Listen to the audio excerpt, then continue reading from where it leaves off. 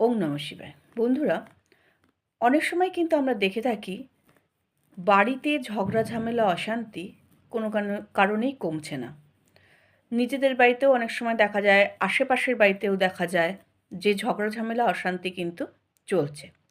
তো যাদের বাড়িতে ঝগড়া ঝামেলা অশান্তি থাকে, জানতে হবে তাদের চার্টে কিন্তু শনি রাহুর কুপ্রভাব চলছে। বাড়ির পরিবেশ যাতে শান্তিময় থাকে তার জন্য কী উপায় করবেন?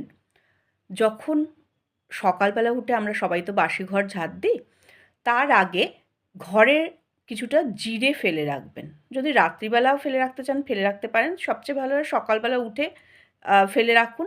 তারপরে কিছুক্ষণ পরে সেটা ঝাড় দিয়ে, বাসি ঘর যখন ঝাড় দিচ্ছেন আর কি, তখন ঝাড় দিয়ে সেটা ফেলে দিন। এতে করে কি হবে?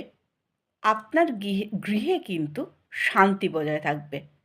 যদি আ দিবারাত্র ঝামেলা অশান্তি হয়, তো সেটা তো কারোর পক্ষেই ভালো না।